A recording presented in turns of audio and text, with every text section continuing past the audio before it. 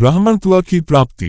वार्ता जारी रखते हुए शतानंद जी ने कहा, हे रामचंद्र, देवताओं के चले जाने के बाद विश्वामित्र ब्राह्मणत्व प्राप्त करने के लिए पूर्व दिशा में जाकर पुनः कठोर तपस्या करने लगे। बिना अन्न जल ग्रहण किए वर्षों तक तपस्या करते करते उनकी देह सूखकर कांटा बन गई। इस तपस्या को भंग करने के लिए नाना प्रकार के विघ्न उपस्थित हुए, किंतु उन्होंने उन सब का निवारण किया और वह भी बिना क्रोध किए। तपस्या की अवधि समाप्त होने पर जब वे अन्न ग्रहण करने के लिए बैठे, जो ही प्रथम ग्रास उठाया भी न था कि ब्राह्मण भिक्षुक के रूप में आकर इंद्र ने भोजन की याचना की। विश्वामित्र ने अपना भोजन उस याचक को दे दिया और स्वयं निराहार रह गए। इंद्र को भोजन दे देने के पश्चात विश्वामित्र के मन में विचार आया कि संभवत अभी मेरे भोजन ग्रहण करने का अवसर नहीं आया है, इसलिए याचक के रूप में यह विप्र उपस्थित हो गया। मुझे अभी और तपस्या करना चाहिए। अतएव वे मौनव्रत धारण कर फिर से दीर्घकालीन तपस्या में लीन हो गए।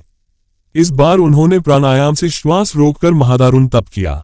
उनके तप से प्रभावित देवताओं ने ब्रह्मा जी से निवेदन किया कि भगवान, विश्वामित्र की तपस्या अब पराकाष्ठा को पहुंच गई है। अब वे क्रोध और मोह की सीमाओं को पार कर गए हैं। अब इनके तेज से सारा संसार प्रकाशित हो उठा है। सूर्य और चंद्रमा का तेज भी इनके तेज के सामने फीका पड़ गया है। अतएव आप प्रसन्न होकर इनकी अभिलाषा पूर्ण कीजिए।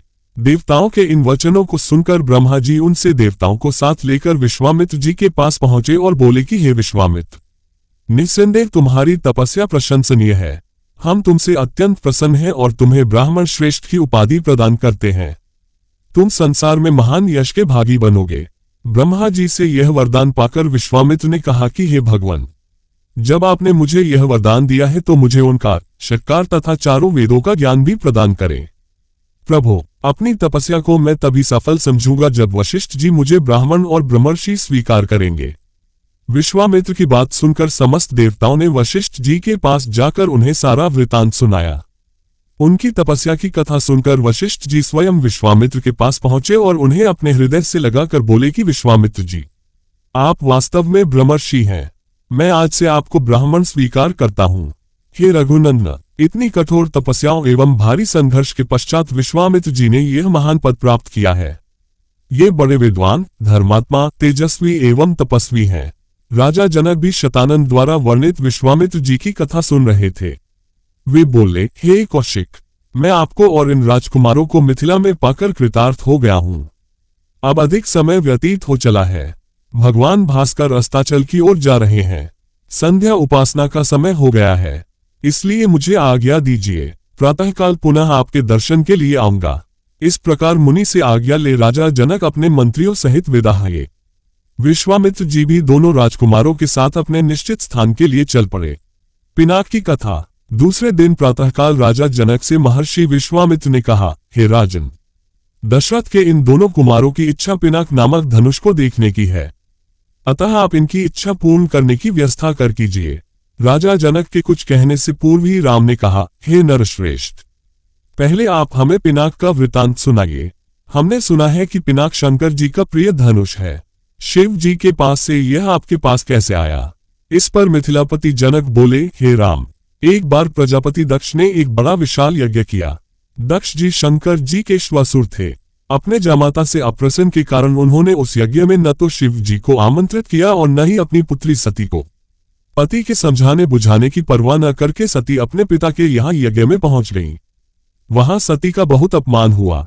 सती ने देखा कि देवताओं के लिए यज्ञ का जो भाग निकाला गया था उसमें शिव जी का भाग था ही नहीं। इससे क्रोध होकर सती ने यज्ञ कुंड में कूदकर अपने प्राण त्याग दिए। महादेव जी के गणों ने, जो सती के साथ राजा दक्ष के यहाँ आए थे, लौटकर महादेव जी को सारा वृतांत बताया। सती की मृत्यु की सूचना पाकर महादेव जी बड़े क्रोध हुए। उन्होंने राजा दक्ष की यज्ञ भूमि में जाकर उस यज्ञ को नष्ट कर डाला। फिर वे अपना पिनाक नामक धनुष चढ़ाकर देवताओं को मारने के लिए अग्रसर हुए, क्योंकि देवताओं ने उस यज्ञ का भाग महादेव जी को नहीं दिया था।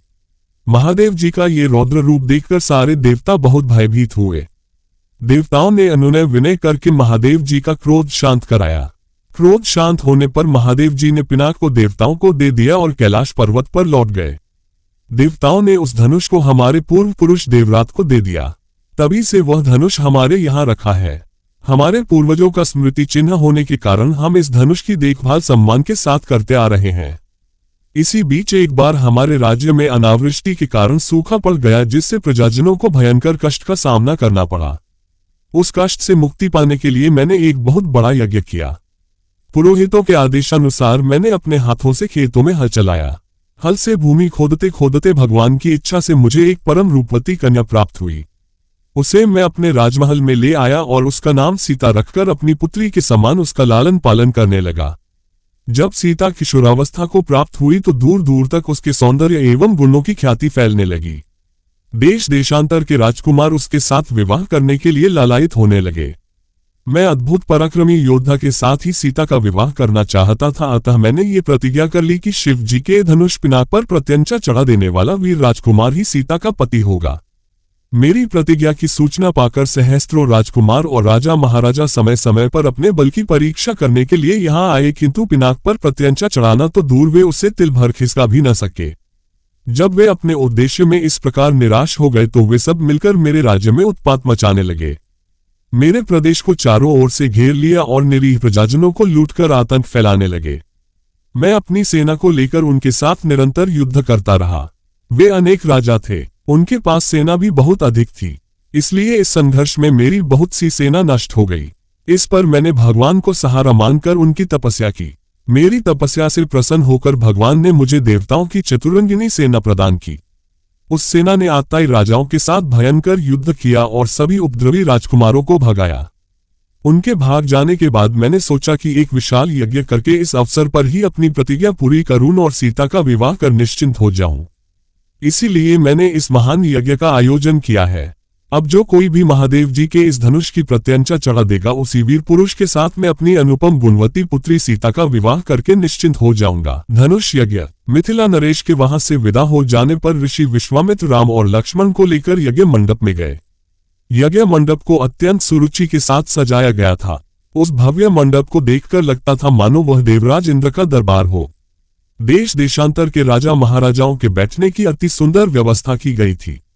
मंडप के ऊपर बहुमूल्य रत्नों से बने झालरयुक्त आकर्षक वस्त्रों का वितान तना हुआ था।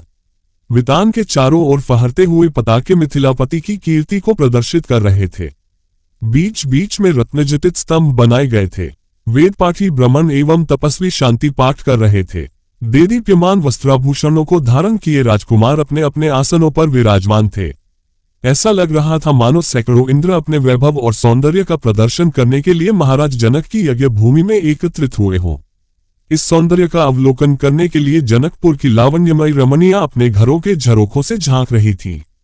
गर्जन तर्जन करते हुए पिनाक को इस मनोमुग्धकारी वातावरण में यज्ञ भूमि में लाया गया। सभी की उत्सुक दृष्टि उसी ओर घूम गई।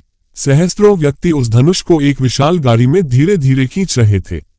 उस विशालकाय वज्र के समान धनुष को देखकर बड़े बड़े बलवानों का धैर्य छूटने लगा और पसीना आने लगा।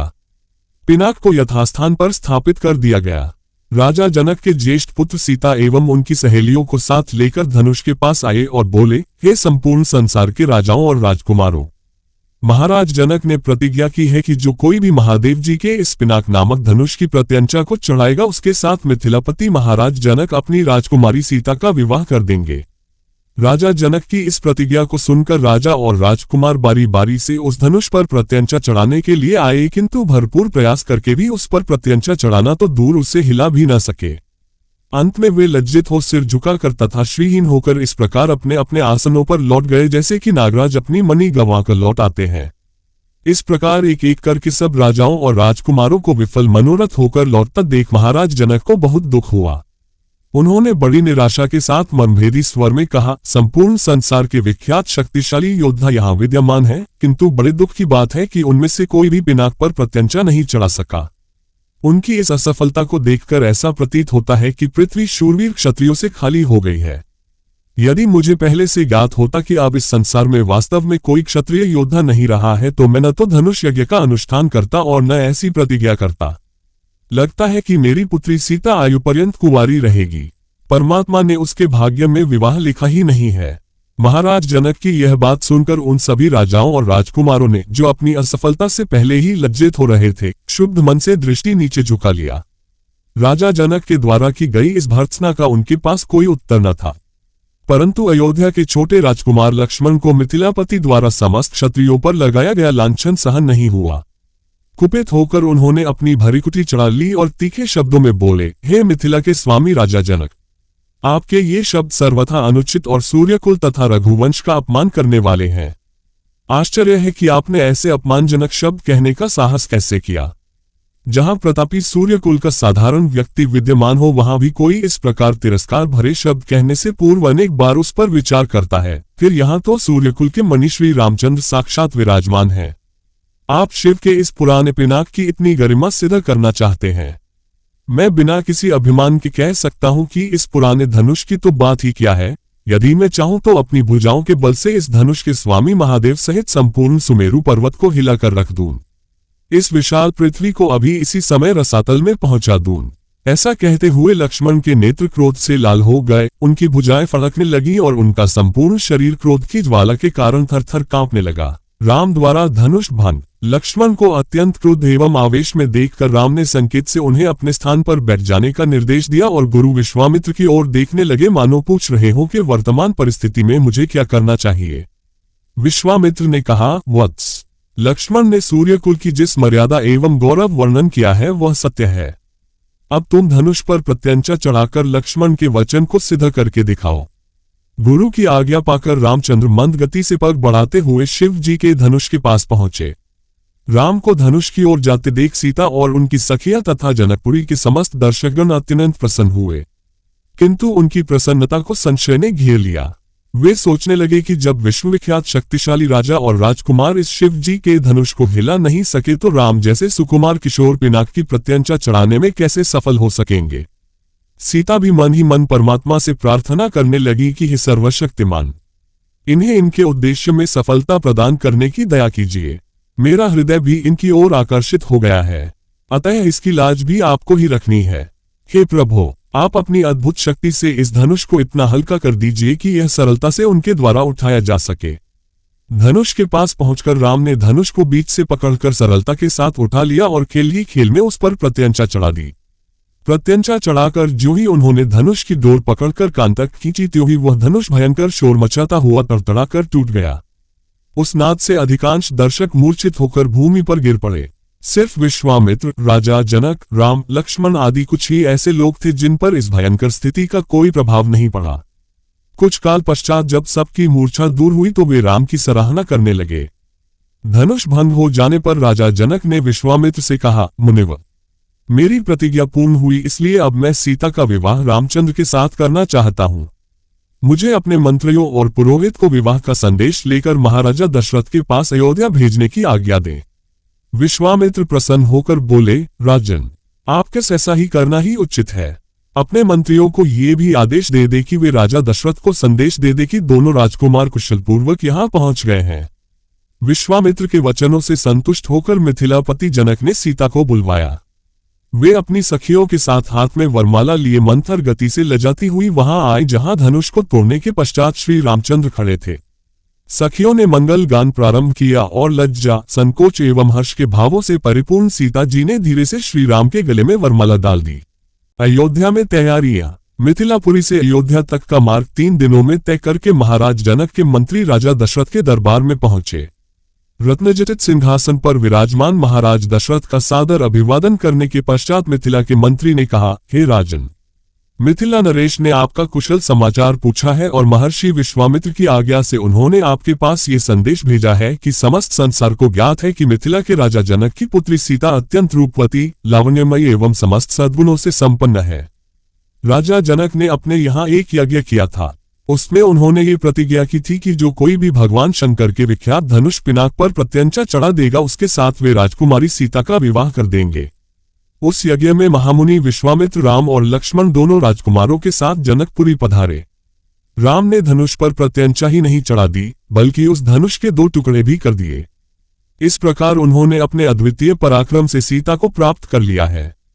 अतः राजा जनक ने आपसे सादर अनुरोध करते हुए ये संदेश भेजा है कि आप अपने समस्त परिजनों, बंधु बांधवों, मंत्रियों एवं पुरोहितों तथा गुरु वशिष्ठ के साथ शीघ्र बारात लेकर मिथिला पधारने की कृपा करें ताकि राजकुमार श्री रामचंद्र के साथ सौभाग्यकांक्षिणी सीता का विवाह वैदिक रीति से संपन्न हो सके और मिथिलेश कन्या के ऋण से उड़न हो सके। इस शुभ संदेश को सुनकर महाराज दशरथ अत्यंत प्रसन्न हुए। राम लक्ष्मण की कुशलता एवं अद्भुत पराक्रम का समाचार सुनकर उनका हृदय विभोर हो गया। वे मंत्रियों से बोले, मंत्रिवर, हमारा हृदय राम और लक्ष्मण से मिलने के लिए बहुत व्याकुल हो रहा है, इसलिए आप शीघ्र ही परिजनों एवं दरबार के सभासदों के साथ जनकपुरी चलने की व्यवस्था कीजिए। समस्त बंधु बांधवों, राज्य के प्रतिष्ठित सेठ साहूकारों, विद्वानों आदि सबको बारात में चलने के लिए निमंत्रण पत्र भिजवाइए। सेनापति जी से कहिए कि वे शीघ्र चतुरंगिनी सेना को तैयार होने का आदेश दें। यदि संभव हो तो ऐसी व्यवस्था कीजिए कि हम सब लोग कल ही प्रस्थान कर सके, क्योंकि हमारे समधी मिथिला नरेश ने हमसे बहुत शीघ्र मिथिलापुरी पहुंचने का आग्रह किया है। साथ ही परम पूज्य राजगुरु वशिष्ठ जी, वामदेव, जाबाली, कश्यप, मार्कंडेय, महर्षि कात्यायन आदि ऋषि मुनियों से भी ये प्रार्थना करें कि वे कल प्रातःकाल ही हम लोगों के चलने से पहले ही जनकपुरी के लिए प्रस्थान कर जाएं। इस बीच में हम तीनों महारानियों को ये शुभ समाचार देने के लिए जाते हैं। इतना कहकर राजा दशरथ ने मंत्रियों को आदेश दिया कि वे मिथिला से आए हुए अतिथियों का उचित सत्कार करें और उनके खानपान, ठहरने आदि का समुचित प्रबंध करें। इसके पश्चात वे स्वयं राजप्रासाद के अंतःपुर में पहुंचे और तीनों रानियों को बुलाकर यह शुभ संवाद सुनाया। शीघ्र ही यह समाचार संपूर्ण अयोध्या नगरी में फैल गया। घर घर में मंगलगान होने लगे, नृत्य संगीत का आयोजन होने लगा। महाराज की आज्ञा पाकर मंत्रीगण तथा भृत्यगण विवाह की तैयारियों में जुट गए। जन जन के मन में अद्भुत उत्साह था। ऐसा प्रतीत होता था जैसे प्रत्येक व्यक्ति के भीतर विद्युत का संचार हो गया है। सभी लोग अभूतपूर्व द्रुतगति से समस्त कार्यों को संपन्न कर रहे थे। अर्धरात्रि होते होते चलने की सारी तैयारियां पूर्ण हो गईं और दूसरे दिन दलबल के साथ राजा दशरथ रवाना हो गए। 4 दिनों तक चलने के पश्चात बारात मिथिलापुरी पहुंची। ये ज्ञात होते ही कि अयोध्या नरेश ऋषि मुनियों, मंत्रियों, परिजनों एवं अपनी संपूर्ण मंडली के साथ नगर के निकट आ पहुंचे हैं। मिथिला नरेश जनक अपने मंत्रियों, पुरोहित, मुनियों, विद्वानों आदि को साथ लेकर उनकी अगवानी के लिए नगर के मुख्य द्वार पर जा पहुंचे। उन्होंने बड़े आदर के साथ राजा दशरथ की अभ्यर्थना करते हुए कहा, हे नृपश्रेष्ठ, आपके दर्शन करके मैं कृतज्ञ हुआ और आपके पदार्पण करने से जनकपुरी की भूमि धन्य हुई। आपने सीता को अपनी कुलवधू के रूप में स्वीकार करके मेरे वंश को सम्मानित किया है। यह मेरा सौभाग्य है कि आज मिथिलापुरी में महर्षि वशिष्ठ, वामदेव, मार्कंडेय एवं कात्यायन जैसे परम तपस्वी महात्माओं के चरण पड़े हैं। मैं नहीं समझ पा रहा हूं कि इस असाधारण सम्मान को पाकर किस प्रकार अपने भाग्य की सराहना करूं। इस प्रकार समस्त आगत महानुभावों का सत्कार करके महाराज दशरथ को उनके साथ आए हुए ऋषि मुनियों, बंधु बांधवों, मंत्रियों एवं सैनिकों को जनवासे में ठहराने की उचित व्यवस्था की। जनवासे में राजा दशरथ बहुत देर तक मुनि विश्वामित्र और अपने दोनों पुत्रों के साथ बैठे हुए उनके कृत्यों और पराक्रम का विवरण सुनते रहे। इस विवरण को सुनकर कभी वे आनंद से रोमांचित हो जाते, कभी आश्चर्य से दांतों तले उंगली दबाने लगते और कभी प्रशंसा से अपने राजकुमारों की पीठ थपथपाने लगते। बातचीत करने के पश्चात भोजनादि से निवृत्त होकर वे विश्राम करने चले गए। विवाह पूर्व की औपचारिकताएं। महाराज जनक के कनिष्ठ भ्राता कुशध्वज सांकाश्यपुरी में रहकर राज्य का प्रबंध किया करते थे। सीता के विवाह का समाचार पाकर महाराज वे भी सांकाश्यपुरी से मिथिला आ गए। अपने अग्रज महाराज जनक तथा गुरु शतानंद जी को प्रणाम करने के पश्चात वे बोले, हे भ्राता, अयोध्यापति पधार चुके हैं, इसलिए अब विवाह संबंधी कार्यों का शुभारंभ कर देना चाहिए। इस पर जनक जी ने शतानंद जी से कहा, हे गुरुवर, भाई कुशध्वज के कहने के अनुसार हमें शुभ रीतियों और विधि विधानों के अनुसार कार्य प्रारंभ करना चाहिए। अतः आप शीघ्र जाकर अयोध्यापति महाराज दशरथ को राजकुमारों सहित आदरपूर्वक यहाँ लिवा लाइए। शतानंद जी जनवासे में महाराज दशरथ के पास पहुंचे और उनसे आदरपूर्वक बोले, महाराजाधिराज, मिथिला नरेश महाराज जनक अपने कनिष्ठ भ्राता कुशध्वज, परिजनों एवं समस्त मंत्रियों के साथ आपके दर्शनों के लिए उत्सुक हैं और अपने दरबार में आपकी प्रतीक्षा कर रहे हैं। इसलिए आप अपने मंत्रियों सहित पधार कर उन्हें कृतार्थ कीजिए। राजा जनक का संदेश पाकर राजा दशरथ गुरु वशिष्ठ, मंत्रियों एवं राजकुमारों के साथ वहां पहुंचे जहां राजा जनक उनकी प्रतीक्षा कर रहे थे। मिथिलापति ने खड़े होकर उन सब का स्वागत किया और उन्हें बैठने के लिए यथोचित स्थान प्रदान किया। जब सब अपने अपने स्थानों पर विराजमान हो गए तो इक्ष्वाकु वंश के गुरु वशिष्ठ जी ने राजकुमारों का गोत्र पढ़ना प्रारंभ किया, जो इस प्रकार था। आदि रूप स्वयंभू ब्रह्मा जी से मरीचि का जन्म हुआ। मरीचि के पुत्र कश्यप हुए। कश्यप के विवस्वान और विवस्वान के वैवस्वत मनु हुए। वैवस्वत मनु के पुत्र इक्ष्वाकु हुए। इक्ष्वाकु ने अयोध्या को अपनी राजधानी बनाया और इस प्रकार इक्ष्वाकु कुल की स्थापना की। इक्ष्वाकु के पुत्र कुक्षी हुए। कुक्षी के पुत्र का नाम विकुक्षी था। विकुक्षी के पुत्र बाण और बाण के पुत्र अनरण्य हुए। अनरण्य से पृथु और पृथु से त्रिशंकु का जन्म हुआ। त्रिशंकु के पुत्र धुंधुमार हुए। धुंधुमार के पुत्र का नाम युवनाश्व था। युवनाश्व के पुत्र माधाता हुए और माधाता से सुसंधि का जन्म हुआ। सुसंधि के दो पुत्र हुए, ध्रुवसंधि एवं प्रसेनजित। ध्रुवसंधि के पुत्र भरत हुए। भरत के पुत्र असित हुए और असित के पुत्र सगर हुए। सगर के पुत्र का नाम असमंज था। असमंज के पुत्र अंशुमान तथा अंशुमान के पुत्र दिलीप हुए। दिलीप के पुत्र भागीरथ हुए। इन्हीं भागीरथ ने अपनी तपोबल से गंगा को पृथ्वी पर लाया। भागीरथ के पुत्र ककुत्स्थ और ककुत्स्थ के पुत्र रघु हुए। रघु के अत्यंत तेजस्वी और पराक्रमी नरेश होने के कारण उनके बाद इस वंश का नाम रघुवंश हो गया। रघु के पुत्र प्रवृद्ध हुए जो एक शाप के कारण राक्षस हो गए थे। इनका दूसरा नाम कलमाशपाद था। प्रवृद्ध के पुत्र शंखन और शंखन के पुत्र सुदर्शन हुए। सुदर्शन के पुत्र का नाम अग्निवर्ण था। अग्निवर्ण के पुत्र शीघ्रग और शीघ्रग के पुत्र मरु हुए। मरु के पुत्र प्रशुश्रुक और प्रशुश्रुक के पुत्र अम्बरीश हुए। अम्बरीश के पुत्र का नाम नहुष था। नहुष के पुत्र ययाति और ययाति के पुत्र नाभाग हुए। नाभाग के पुत्र का नाम अज था। अज के पुत्र दशरथ हुए और दशरथ के ये 4 पुत्र रामचंद्र, भरत, लक्ष्मण तथा शत्रुघ्न हैं। इक्ष्वाकु कुल का वर्णन करने के पश्चात वशिष्ठ जी ने कहा, हे राजन, अब आप भी अपनी वंश परंपरा का परिचय दीजिए, क्योंकि विवाह जैसे मांगलिक अवसरों पर दोनों ही कुल अपने अपने वंश का परिचय देते हैं। महाराज जनक बोले, महर्षि, आपने सर्वथा उचित बात कही है। अब मैं भी अपने कुल का परिचय देता हूँ। प्राचीन काल में निमि नामक एक धर्मात्मा राजा थे। उनके मिथि नामक पुत्र हुआ जिन्होंने मिथिला बसाए। मिथि के पुत्र का नाम जनक था। उन्हीं के नाम पर मिथिला के राजा लोग जनक कहलाते हैं। जनक के पुत्र उदावसु और उदावसु के पुत्र नंदिवर्धन हुए। नंदिवर्धन के पुत्र का नाम शूरवीर था। शूरवीर के पुत्र सुकेतु और सुकेतु के पुत्र देवरात हुए। देवरात के पुत्र का नाम बृहद्रथ था। बृहद्रथ के पुत्र महावीर और महावीर के पुत्र सुधृति हुए। सुधृति के पुत्र का नाम धृष्टकेतु था। धृष्टकेतु के पुत्र हर्यश्व और हर्यश्व के पुत्र मरु हुए। मरु के यहाँ प्रतींधक की उत्पत्ति हुई। प्रतींधक के पुत्र कीर्तिर्थ, कीर्तिर्थ के पुत्र देवमीर, देवमीर के पुत्र विबुध और विबुध के पुत्र महींद्रक हुए। महींद्रक के पुत्र का नाम कीर्तिर्थ था। कीर्तिर्थ के पुत्र महारोमा, महारोमा के पुत्र स्वर्णरोमा और स्वर्णरोमा के पुत्र हृस्वरोमा हुए। हृस्वरोमा के 2 पुत्र हुए। उनमें से बड़ा मैं हूं और मुझसे छोटा कुशध्वज है। हम दोनों भाई इसी प्रदेश में रहकर राजकाज संभालते थे। कुछ काल पहले सांकाश्य के पराक्रमी राजा सुधन्वा ने मिथिला पर आक्रमण कर दिया। वह चाहता था कि मैं सीता का विवाह उसके साथ कर दूं। मैंने उसकी मांग पूरी नहीं की, इसलिए उसके साथ मेरा युद्ध हुआ जिसमें सुधन्वा मेरे हाथ से मारा गया। तब से मेरा कनिष्ठ भ्राता कुशध्वज सांकाश्य पर शासन करता है और मैं मिथिला पर। मैं अपनी बड़ी पुत्री सीता का विवाह राजकुमार रामचंद्र के साथ और छोटी पुत्री उर्मिला का विवाह उनके कनिष्ठ भ्राता लक्ष्मण के साथ करना चाहता हूं। मैं 3 बार इस बात को दोहराकर अपनी दोनों कन्याएं आपको वधुओं के रूप में समर्पित करता हूं। फिर वे राजा दशरथ से कहने लगे, हे नृपश्रेष्ठ, अब आप इनसे गोदान कराकर नांदीमुख श्राद्ध का कार्य संपन्न कीजिए। इसके पश्चात लोक प्रचलित पद्धति के अनुसार विवाह का कार्य आरंभ कीजिए। यह अवसर सर्वथा उपयुक्त एवं कल्याणकारी है। आज मघा नक्षत्र है। आज से तीसरे दिन फाल्गुनी नक्षत्र होगा। इससे अधिक उपयुक्त समय विवाह के लिए दूसरा नहीं हो सकता। आप इन दोनों भाइयों के अभ्युदय के लिए गौ, भूमि, स्वर्ण, तिल आदि का दान कराइए। राजा जनक के कथन समाप्त होने पर महामुनि विश्वामित्र बोले, हे राजन, आप और राजा दशरथ दोनों के ही कुल पूर्णतया धर्मपरायण, कीर्तियुक्त एवं समान है। अतः इन दोनों कुलों में विवाह संबंध सर्वथा उपयुक्त है। सीता और उर्मिला भी राम और लक्ष्मण के सर्वथा उपयुक्त हैं। आपके कनिष्ठ भ्राता कुशध्वज भी आपकी ही भांति धर्मपरायण एवं प्रतिभा संपन्न है। इनकी भी 2 रूपवती, सुंदर एवं विवाह योग्य कन्याएं हैं। हे नरश्रेष्ठ, मैं चाहता हूं उनका भी विवाह महाराज दशरथ के 2 योग्य और पराक्रमी पुत्रों भरत और शत्रुघ्न के साथ हो जाए। विश्वामित्र की बात सुनकर जनक बोले, हे मुनिव, आपके इस आदेश को स्वीकारते हुए मैं अपने कुल को धन्य समझता हूं।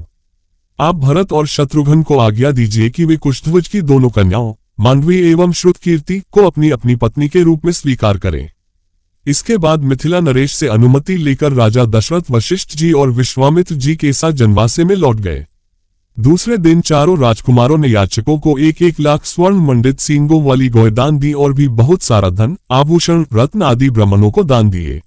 विवाह दान आदि से निवृत्त होकर महाराज दशरथ मिथिलेश के राजभवन में जाने की तैयारी करने लगे। तभी भरत के मामा अर्थात राजा कैकेय के पुत्र युधाजित वहां आ पहुंचे। अभिवादन तथा कुशल समाचार जानने की औपचारिकता के पश्चात उन्होंने कैकेय नरेश का संदेश देते हुए कहा, महाराज, हमारे पिताजी को भरत को देखने की उत्कट इच्छा हो रही है, अतः कृपा करके आप कुछ दिन के लिए भरत को मेरे साथ उनके ननिहाल भेज दें। इस संदेश को लेकर मैं अयोध्या गया था, किंतु वहां पर ज्ञात हुआ कि आप जनकपुरी गए हुए हैं, इसलिए मैं भी यहां आ गया। महाराज दशरथ ने युधाजित का समुचित सत्कार किया और उन्हें सारा वृतांत सुनाया। फिर उन्हें लेकर ऋषियों, मंत्रियों एवं बंधु बांधवों सहित यज्ञशाला के द्वार पर पहुंचे। थोड़ी देर बाद नाना प्रकार के आभूषणों को धारण किए हुए रामचंद्र अपने भाइयों भरत, लक्ष्मण और शत्रुघ्न के साथ उनके पास आकर खड़े हो गए। गुरु वशिष्ठ ने जनक के पास जाकर कहा, हे विदेहराज, महाराज दशरथ अपने पुत्रों के साथ अंदर आने की अनुमति चाहते हैं। इस पर महाराज जनक बोले, हे महर्षि, इस प्रकार अनुमति मांगकर वे मुझे क्यों लज्जित कर रहे हैं? वे अयोध्या के ही नहीं मिथिलापुरी के भी स्वामी हैं और मैं तो उनका अकिंचन दास हूं। क्या कभी स्वामी अपने सेवक से आज्ञा मांगता है? उनसे कहिए चारों कन्याएं विवाह वेदी पर प्रतीक्षारत हैं। वे निःसंकोच अंदर पधारने का कष्ट करें। शुभ लग्न का समय भी हो रहा है। मैं स्वयं चलकर उन्हें सादर ले आता हूं। इतना कहकर वे महाराज दशरथ के पास पहुंचे और उन सबको यज्ञ स्थल में ले आए। सबको यथोचित आसन देकर जनक ने उनकी पूजा की। फिर वशिष्ठ जी से बोले, हे ब्रह्मर्षि, आप इन ऋषि मुनियों के साथ विवाह कार्य संपन्न कराइए। आपसे अधिक योग्य पुरोहित और कौन हो सकता है? गुरु वशिष्ठ, महर्षि विश्वामित्र और मिथिला के राजपुरोहित शतानंद विवाह कार्य संपन्न कराने लगे। सबसे पहले वैदिक विधि के अनुसार विवाह के लिए वेदी का निर्माण कराया गया। फिर अनेक प्रकार के सुगंध युक्त फूलों से उसे सजाया गया। कुछ दूरी पर चारों ओर गमले सजाए गए जिनमें चित्त को प्रसन्न करने वाली सुगंधित रंग बिरंगे फूल लगे हुए थे। वेदी के निकट कई स्थानों पर स्वर्ण पात्रों में धूप, केशर, नैवेद्य, अक्षत, घी, दही, शहद आदि सामग्री रखी हुई थी। यज्ञ संपन्न कराने वाले महानुभावों के लिए कुश के आसन बिछा दिया गए। गुरु वशिष्ठ एवं अन्य महर्षियों ने वेद मंत्रों का उच्चारण करते हुए हवन कुंड में अग्नि प्रज्वलित की। फिर वशिष्ठ जी के आदेश पर राजप्रासाद की महिलाओं ने जनक कुमारी सीता को लाकर यज्ञ वेदी के निकट खड़ा कर दिया। उस समय सीता जी का मुखमंडल प्रातःकालीन बालरवि की भांति अनुपम सौंदर्य से देदीप्यमान हो रहा था। नख से शिख तक वे बहुमूल्य रत्नजटित आभूषणों से सजी हुई थीं। संक्षेप में कहा जाए तो उस समय सीता की छवि को देखकर करोड़ रतियों का संयुक्त रूप भी नगण्य प्रतीत होता था। सीता इन सब बातों से अनजान दृष्टि झुकाए एकटक पृथ्वी को निहार रही थी। महाराज जनक अपनी लाडली पुत्री सीता को श्री रामचंद्र के निकट खड़ा करके विनीत स्वर में बोले, हे रघुकुल तिलक रामचंद्र, मैं अपनी पुत्री सीता का हाथ आपके सशक्त हाथों में सौंपते हुए ये कामना करता हूं कि मेरी पुत्री आपकी अर्धांगिनी होकर सदैव छाया की भांति आपका अनुसरण करती रहे। अतः हे कौशल्या कुमार, इसे आप अपनी पत्नी के रूप में स्वीकार कीजिए। आज से यह आपके सुख दुख की संगिनी हुई। ये कहकर राजा जनक ने अंजलि में संकल्प के लिए लिया हुआ जल वेद मंत्रों से पवित्र करके हृदय की संपूर्ण भावनाओं के साथ छोड़ दिया। महिलाएं मंगलगान करने लगी। मृदंग, दुंदुभी तथा नाना प्रकार के वाद्य यंत्रों का सुमधुर स्वर चारों ओर गूंजकर इस हर्षपूर्ण घटना की सूचना देने लगा। राम और सीता के विवाह के संपन्न हो जाने के पश्चात लक्ष्मण, भरत और शत्रुघ्न का विवाह उर्मिला, मांडवी और श्रुतकीर्ति के साथ वैदिक विधि विधान से संपन्न कराया गया। राजा जनक अपने नेत्रों में स्नेहपूर्ण अश्रु भरकर बोले, हे अयोध्या के राजकुमारों, आप चारों भाई सूर्यकुल के गौरव, पराक्रमी, धर्मपरायण, तेजस्वी, सौम्य, विद्वान एवं सदाचार के गुणों से मंडित हैं। जनकपुरी के इस राजकुल की हार्दिक कामना है कि उसकी ये चारों कन्याएं गुण, कर्म, स्वभाव से आपके अनुकूल बनकर सब प्रकार से आपकी सुयोग्य अर्धांगिनियां सिद्ध हों। इसके पश्चात वशिष्ठ जी की आज्ञा से चारों राजकुमारों ने अपने अपनी नवविवाहित पत्नियों के साथ अग्नि की प्रदक्षिणा की। विवाह संपन्न होने के पश्चात महाराज दशरथ समस्त मंत्रियों, ऋषि मुनियों और सपत्नीक राजकुमारों के साथ अपने ठहरने के स्थान पर चले गए। जनकपुरी में रात्रि विश्राम करके प्रातःकाल मुनि विश्वामित्र विदा लेकर उत्तराखंड की ओर चले गए। महाराज जनक ने दहेज के रूप में असंख्य दास दासियां, हाथी, घोड़े, गौएं, रत्नजटित आभूषण, वस्त्र, बर्तन आदि नाना प्रकार की वस्तुएं देकर अयोध्यापति दशरथ को विदा किया और उन्हें पहुंचाने के लिए नगर के द्वार तक आए। वे हाथ जोड़कर बड़ी नम्रता के साथ बोले, हे राजन, मुझे सब प्रकार से अपना दास समझकर मुझ पर कृपा बनाए रखिए। मैं एक बार फिर आभारपूर्वक कहना चाहता हूं कि आपने मेरे कुल के साथ संबंध स्थापित करके मुझे गौरवान्वित किया है।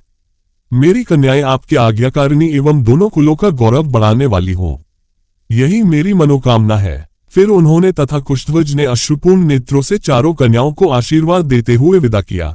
परशुराम जी का आगमन। राजा दशरथ ने राजकुमारों, उनकी पत्नियों, ऋषि महर्षियों, मंत्रियों एवं परिजनों के साथ अयोध्या के लिए प्रस्थान किया। प्रस्थान करते ही सभी ओर भयंकर शब्द करने वाले पक्षियों आवाजें सुनाई देने लगी। पृथ्वी पर विचरण करने वाले वन्य पशु उनकी बाईं ओर दौड़ने लगे। इस पर दशरथ ने वशिष्ठ जी से कहा, गुरुदेव, ये कैसी माया है? जहां पक्षियों का भयंकर स्वर अपशकुन का सूचक है, वहीं मृगों का बाने होकर जाना शुभ शकुन की सूचना देता है। दोनों प्रकार के शकुन एक साथ क्यों हो रहे हैं? महाराज दशरथ के इस प्रश्न के उत्तर में वशिष्ठ जी बोले, पक्षियों के भयंकर ध्वनि से ज्ञात होता है कि कोई भय उत्पन्न करने वाली घटना घटने वाली है, और मृग आदि पशुओं के इस प्रकार जाने से पता चलता है कि वह भयानक घटना सरलता से शांत हो जाएगी।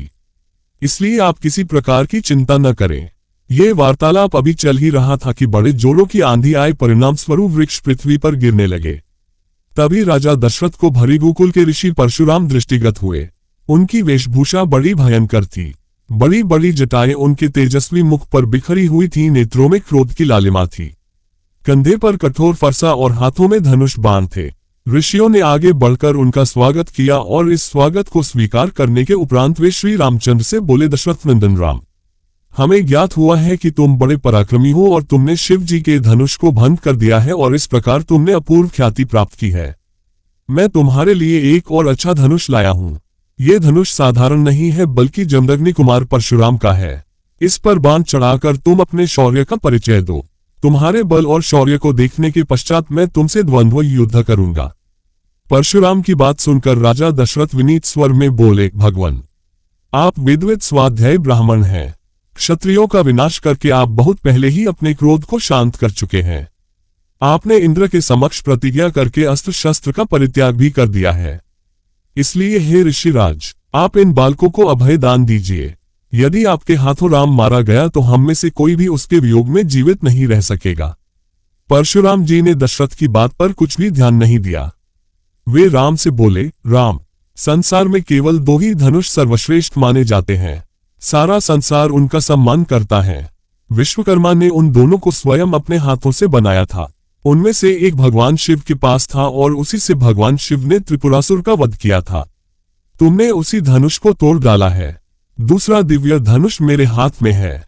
ये भगवान विष्णु का धनुष है। ये भी पिनाक की भांति ही शक्तिशाली है। एक बार शिव और विष्णु में भयंकर युद्ध हुआ।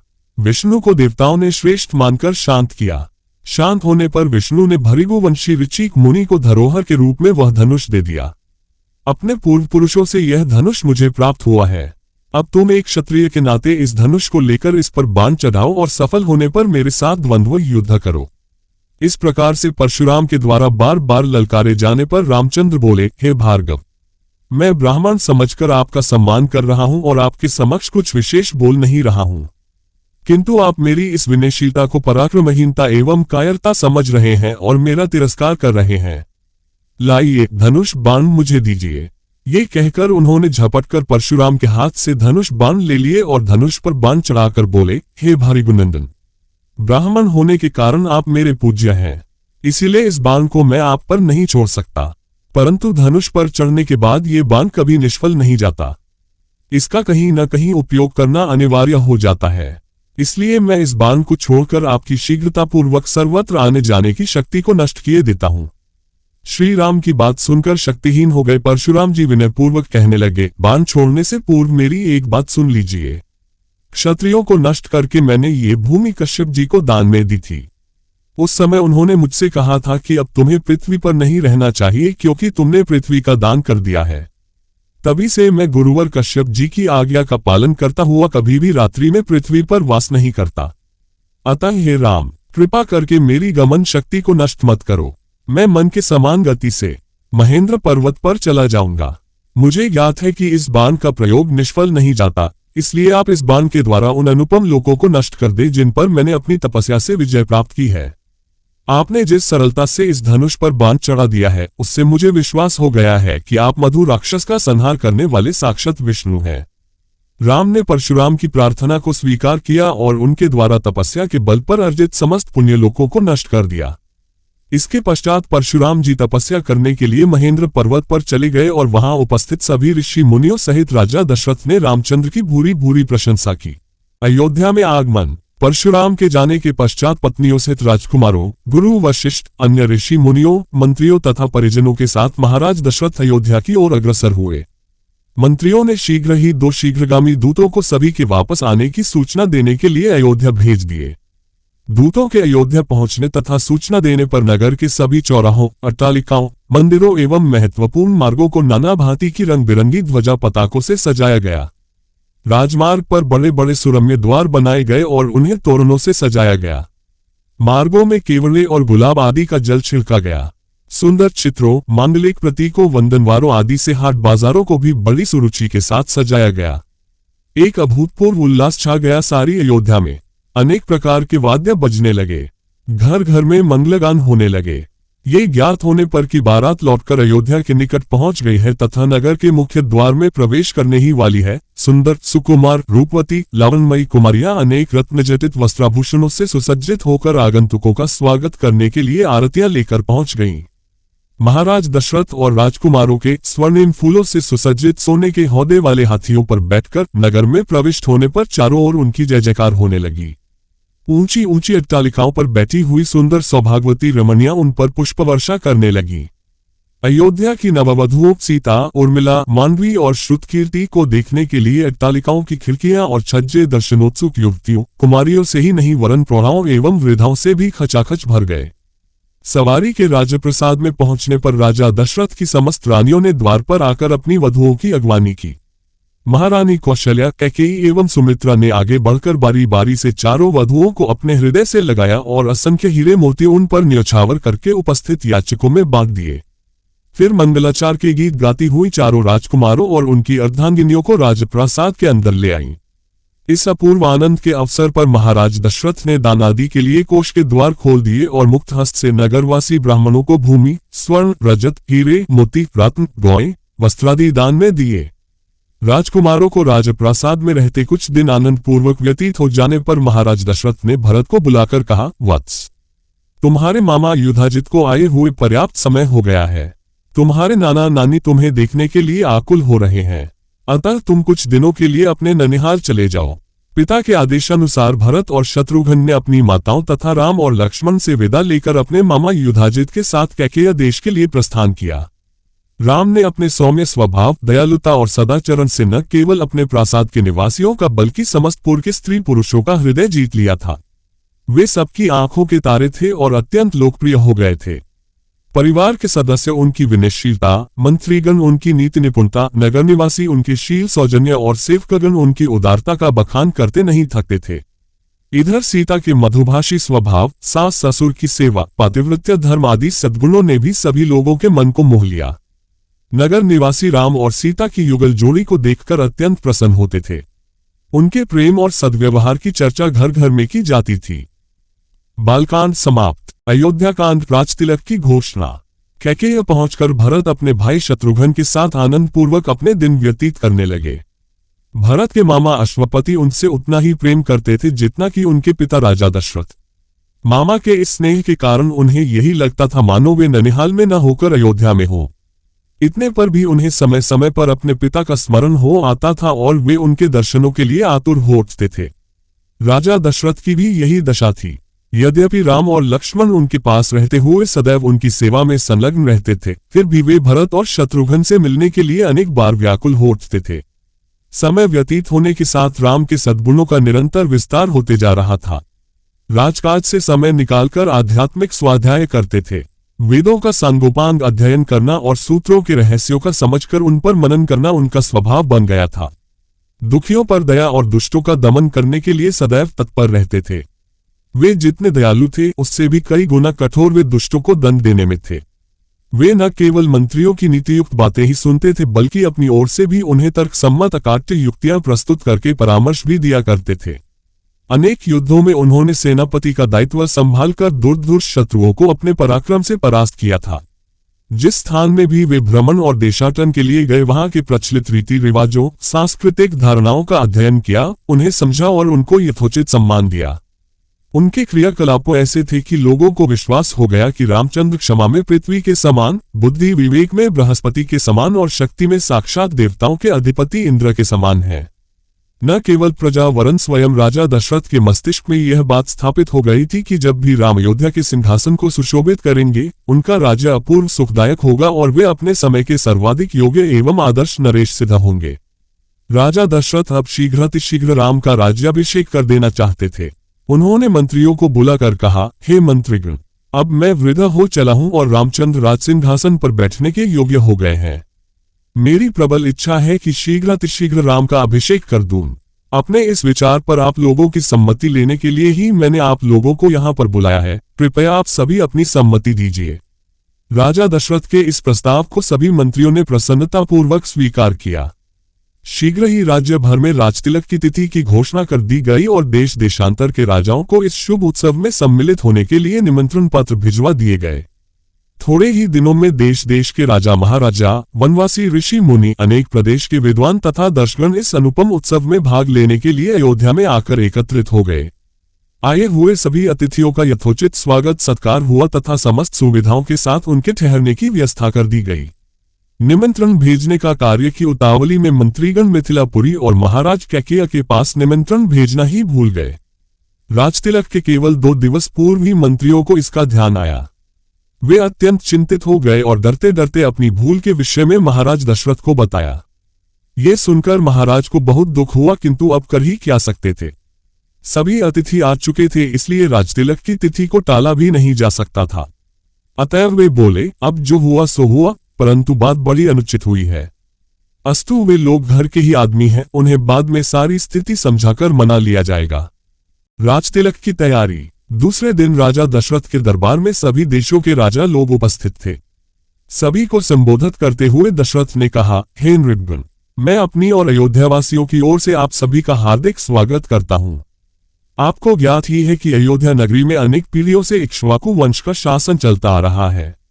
इस परंपरा को निर्वाह करते हुए मैं अब अयोध्या का शासन भार अपने सभी प्रकार से योग्य, वीर, पराक्रमी, मेधावी, धर्मप्रयण और नीति निपुण ज्येष्ठ पुत्र राम को सौंपना चाहता हूं। अपने शासन काल में मैंने अपनी प्रजा को हर प्रकार से सुखी और संपन्न बनाने का प्रयास किया है। अब मैं वृद्ध हो गया हूं और इसी कारण से मैं प्रजा के कल्याण के लिए अधिक सक्रिय रूप से कार्य करने में स्वयं को असमर्थ पा रहा हूं। मुझे विश्वास है कि राम अपने कौशल और बुद्धिमत्ता से प्रजा को मुझसे भी अधिक सुखी रख सकेगा। अपने इस विचार को कार्यान्वित करने के लिए मैंने राज्य के ब्राह्मणों, विद्वानों एवं नीतिज्ञों से अनुमति ले ली है। वे सभी मेरे इस विचार से सहमत हैं और उन्हें विश्वास है कि राम शत्रुओं के आक्रमणों से भी देश की रक्षा करने में सक्षम है। राम में राजत्व के सभी गुण विद्यमान हैं। उनकी दृष्टि में राम अयोध्या का ही नहीं वरन तीनों लोकों का राजा होने की भी योग्यता रखता है। इस राज्य के लिए आप लोगों की सम्मति भी अत्यंत महत्वपूर्ण है। अतः आप लोग इस विषय में अपनी सम्मति प्रदान करें। महाराज दशरथ के इस प्रकार कहने पर वहां पर उपस्थित सभी राजाओं ने प्रसन्नतापूर्वक राम के राजतिलक के लिए अपनी सम्मति दे दी। राजा दशरथ ने कहा, आप लोगों की सम्मति पाकर मैं अत्यंत प्रसन्न हूं, क्योंकि चैत्र मास, जो सब मासों में श्रेष्ठ मधुमास कहलाता है, चल रहा है। कल ही राम के राजतिलक के उत्सव का आयोजन किया जाए।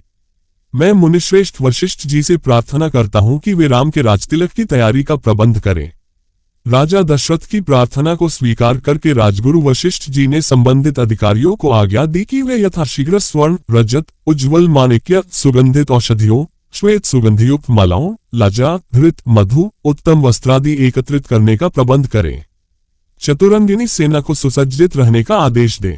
स्वर्ण हौदों से सजे हुए हाथियों, श्वेत चंवरों, सूर्य का प्रतीक अंकित ध्वजाओं और परंपरा से चले आने वाले श्वेत निर्मल छत्र, स्वर्ण निर्मित 100 घोड़े, स्वर्ण मंडित सींगों वाले 60 सिंह की अक्षुवण त्वचा आदि का शीघ्र प्रबंध करें।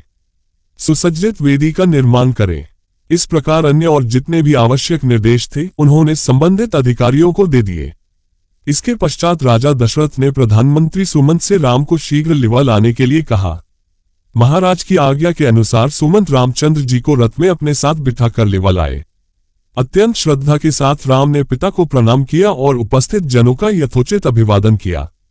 राजा दशरथ ने राम को अपने निकट बिठाया और मुस्कुराते हुए कहा, हे राम, तुम्हारे गुणों से समस्त प्रजाजन प्रसन्न है, इसलिए मैंने निश्चय किया है कि मैं कल तुम्हारा राजतिलक धर दूंगा। इस विषय में मैंने ब्राह्मणों, मंत्रियों, विद्वानों एवं समस्त राजा महाराजाओं की भी सम्मति प्राप्त कर लिया है। इस अवसर पर मैं तुम्हें अपने अनुभव से प्राप्त कुछ सीख देना चाहता हूं। सबसे पहली बात तो यह है कि तुम कभी विनिश्चितता का त्याग मत करना। इंद्रियों को सदा अपने वश में रखना। अपने मंत्रियों के हृदय में उठने वाले विचारों को प्रत्यक्ष रूप से जानने और समझने का प्रयास करना। प्रजा को सदैव संतुष्ट और सुखी रखने का प्रयास करना। यदि मेरी कही इन बातों का तुम अनुसरण करोगे तो तुम सब प्रकार की विपत्तियों से सुरक्षित रहोगे और लोकप्रियता अर्जित करते हुए निष्कंटक राजकाज चला सकोगे। ये सिद्धांत की बात है कि जो राजा अपनी प्रजा को प्रसन्न और सुखी रखने के लिए सदैव प्रयत्नशील रहता है, उसका संसार में कोई शत्रु नहीं होता। यदि कोई व्यक्ति स्वार्थवश उसका अनिष्ट करना भी चाहे तो भी वह अपने उद्देश्य में सफलता नहीं प्राप्त कर सकता, क्योंकि ऐसे राजा को अपनी प्रजा एवं मित्रों का हार्दिक समर्थन प्राप्त होता है। पिता से यह उपयोगी शिक्षा प्राप्त करके राम ने स्वयं को धन्य माना और उन्होंने अपने पिता को आश्वासन दिया कि वे अक्षरशः इन बातों का पालन करेंगे। दास दासियों ने राजा के मुख से राम का राजतिलक करने की बात सुनी तो वे प्रसन्नता से उछलते हुए महारानी कौशल्या के पास जाकर उन्हें ये शुभ संवाद सुनाया, जिसे सुनकर उनका रोम रोम पुलकित हो गया। इस शुभ समाचार के सुनाने वालों को उन्होंने बहुत सा स्वर्ण वस्त्राभूषण देकर मालामाल कर दिया। कैकेयी को भवन में राम के राजतिलक का शुभ समाचार अयोध्या के घर घर में पहुंच गया। पूरी नगरी में प्रसन्नता की लहर फैल गई। घर घर में मंगल मनाया जाने लगा। स्त्रियां मधुर स्वर में रात भर मंगलगान करती रहीं। सूर्योदय होने पर नगरवासी अपने अपने घरों को ध्वजा पताका, वंदनवार आदि से सजाने लगे। हाट बाजारों को भांति भांति की सुगंधित एवं रंग बिरंगे पुष्पों से सजाया गया। गवई, नट, नर्तक आदि अपने आश्चर्यजनक करतब दिखाकर नगरवासियों का मनोरंजन करने लगे। स्थान स्थान में कदली स्तंभों के द्वार बनाए गए। ऐसा प्रतीत होने लगा कि अयोध्या नगरी नववधू के समान श्रृंगार कर राम के रूप में वर के आगमन की प्रतीक्षा कर रही है। किंतु राम के राजतिलक का समाचार सुनकर एवं नगर की इस अद्भुत श्रृंगार को देखकर रानी कैकेयी की प्रिय दासी मंथरा के हृदय को असहनीय आघात लगा। वह सोचने लगी कि यदि कौशल्या का पुत्र राजा बन जाएगा तो कौशल्या को राजमाता का पद प्राप्त हो जाएगा और कौशल्या की स्थिति अन्य रानियों की स्थिति से श्रेष्ठ हो जाएगी। ऐसी स्थिति में उसकी दासियां भी स्वयं को मुझसे श्रेष्ठ समझने लगेंगी।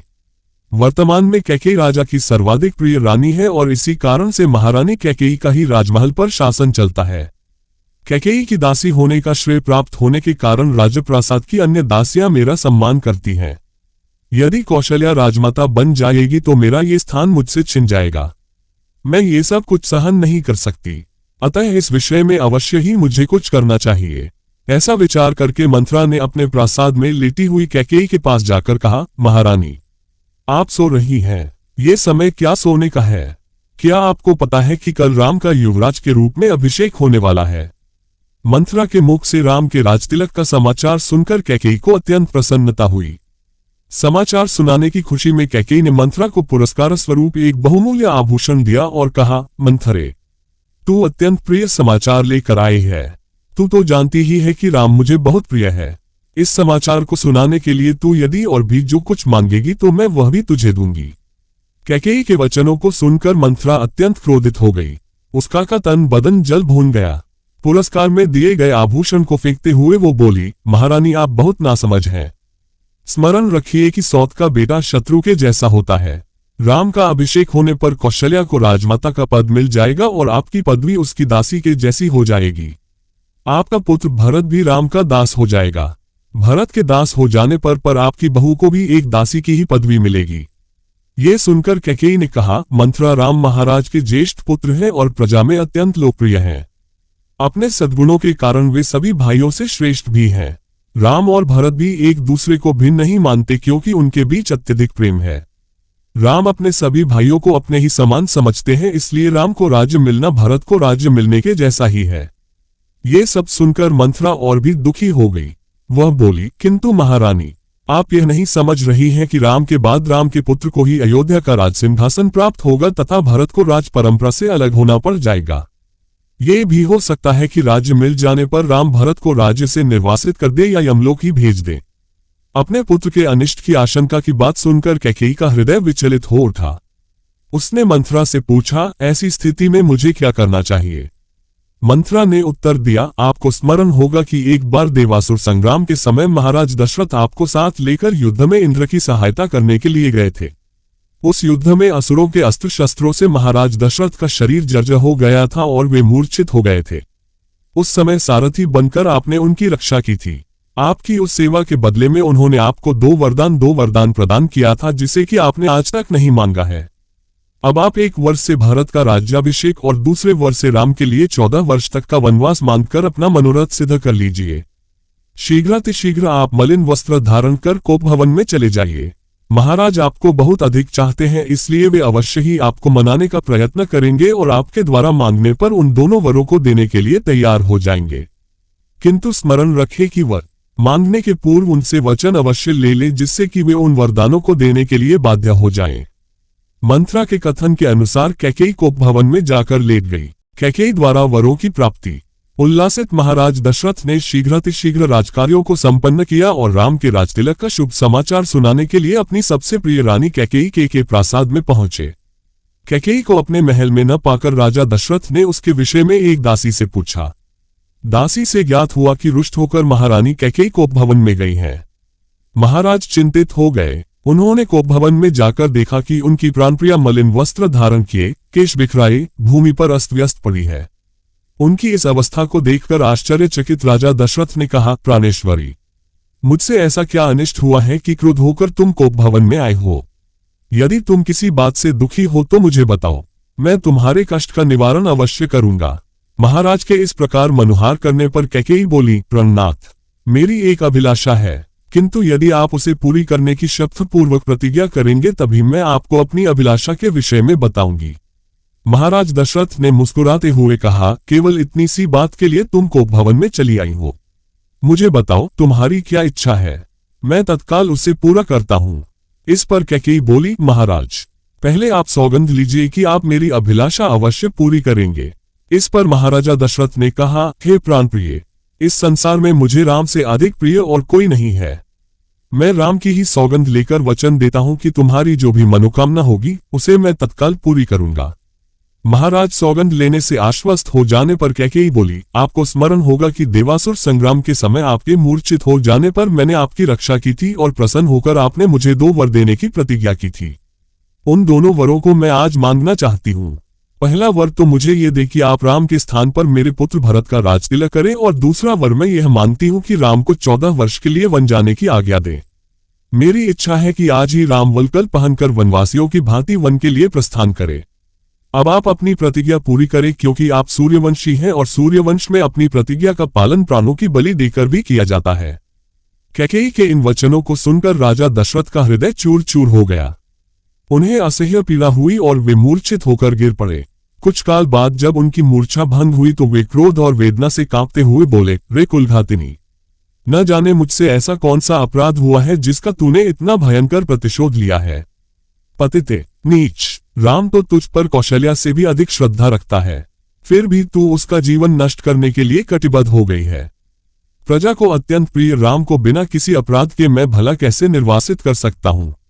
तू अच्छी तरह से जानती है कि मैं अपने प्राण त्याग सकता हूं, किंतु राम का वियोग नहीं सह सकता। मैं तुझसे विनती करता हूं कि राम के वनवास की बात के बदले तू कुछ और मांग ले।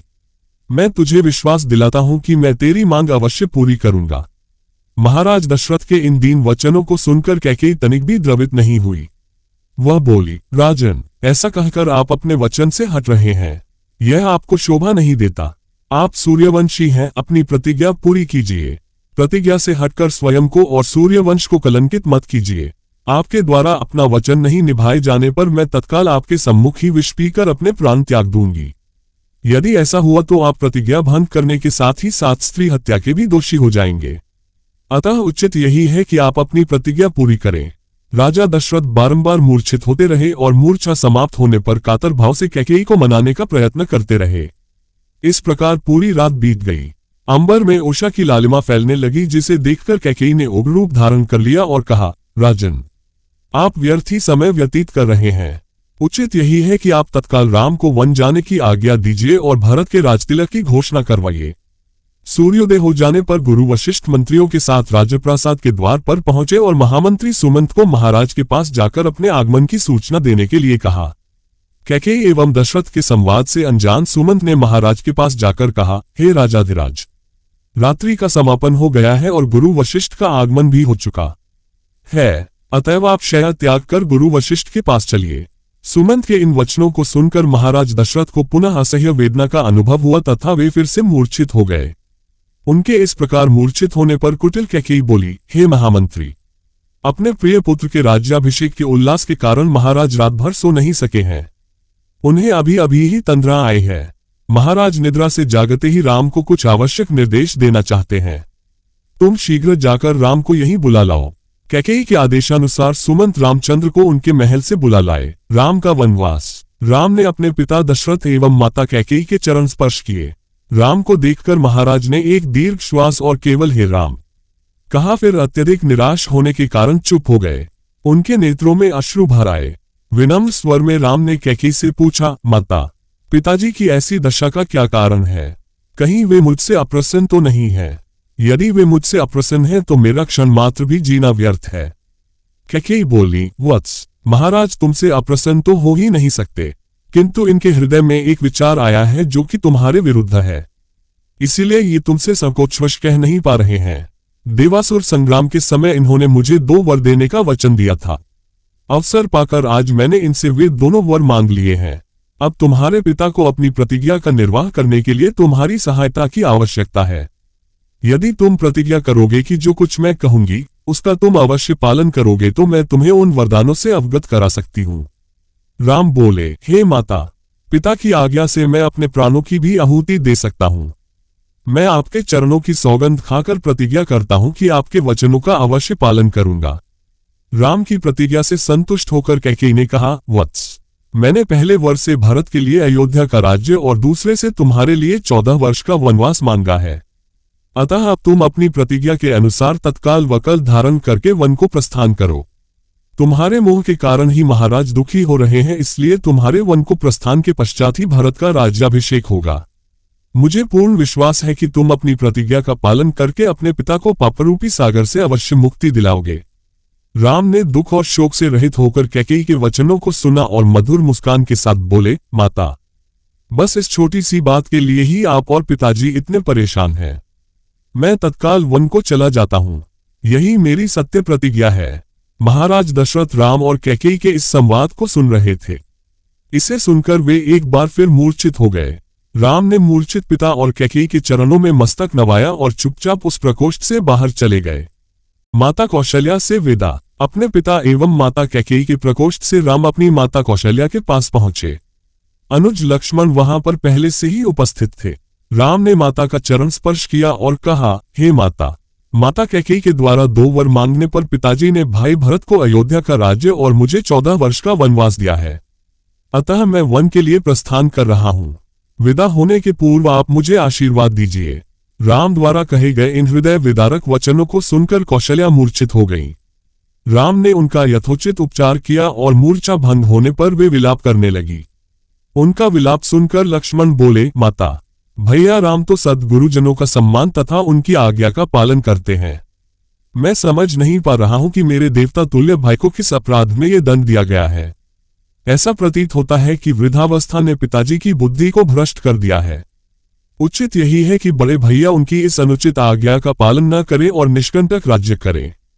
भैया राम के विरुद्ध सिर उठाने वालों को मैं तत्काल कुचल दूंगा। राम का अपराध क्या है?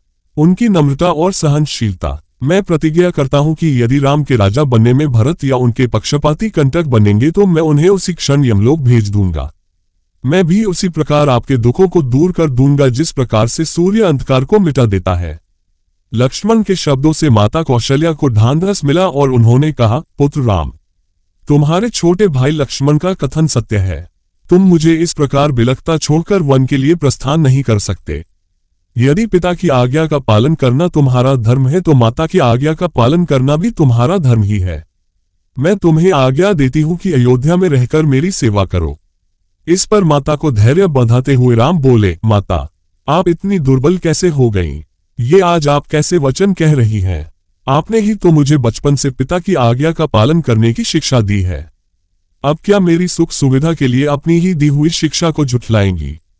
एक पत्नी के नाते भी आपका कर्तव्य है कि आप अपने पति की इच्छा पूर्ति में बाधक न बने। आप तो जानती ही हैं कि चाहे सूर्य, चंद्र और पृथ्वी अपने अटल नियमों से टल जाएं, पर राम के लिए पिता की आज्ञा का उल्लंघन करना कदापि संभव नहीं है। मैं आपसे निवेदन करता हूं कि आप प्रसन्न होकर मुझे वन जाने की आज्ञा प्रदान करें, ताकि मुझे ये संतोष रहे कि मैंने माता और पिता दोनों ही की आज्ञा का पालन किया है। फिर वे लक्ष्मण से संबोधित हुए और कहा, लक्ष्मण, तुम्हारे साहस, पराक्रम, शौर्य और वीरता पर मुझे गर्व है। मैं जानता हूं कि तुम मुझसे अत्यंत स्नेह करते हो, किंतु हे सौमित्र, धर्म का स्थान सबसे ऊपर है। पिता की आज्ञा की अवहेलना करके मुझे पाप, नरक और अपयश का भागी बनना पड़ेगा। इसलिए हे भाई, तुम क्रोध और क्षोभ का परित्याग करो और मेरे वन गमन में बाधक मत बनो। राम के दृढ़ निश्चय को देखकर अपने आंसुओं को पोंछती हुई कौशल्या बोली, वत्स, यद्यपि तुम्हें वन जाने की आज्ञा देते हुए मेरा हृदय चूर चूर हो रहा है, किंतु यदि मुझे भी अपने साथ ले चलने की प्रतिज्ञा करो तो मैं तुम्हें वन जाने की आज्ञा दे सकती हूँ। राम ने संयमपूर्वक कहा, माता, पिताजी इस समय अत्यंत दुखी हैं और उन्हें आपके प्रेमपूर्ण सहारे की आवश्यकता है। ऐसे समय में यदि आप भी उन्हें छोड़कर चली जाएंगी तो उनकी मृत्यु में किसी प्रकार का संदेह नहीं रह जाएगा। मेरी आपसे प्रार्थना है कि उन्हें मृत्यु के मुख में छोड़कर आप पाप का भागी न बने। उनके जीवित रहते तक उनकी सेवा करना आपका पावन कर्तव्य है। आप मोह को त्याग दें और मुझे वन जाने की आज्ञा दें। मुझे प्रसन्नता पूर्वक विदा करें। मैं वचन देता हूं कि 14 वर्ष की अवधि बीतते ही मैं लौटकर आपके दर्शन करूंगा। धर्मप्रायण राम के युक्तियुक्त वचनों को सुनकर अश्रुपूरित माता कौशल्या ने कहा, अच्छा वत्स, मैं तुम्हें वनगमन की आज्ञा प्रदान करती हूँ। परमात्मा तुम्हारे वनगमन को मंगलमय करे। फिर माता ने तत्काल ब्राह्मणों से हवन कराया और राम को हृदय से आशीर्वाद देते हुए विदा किया।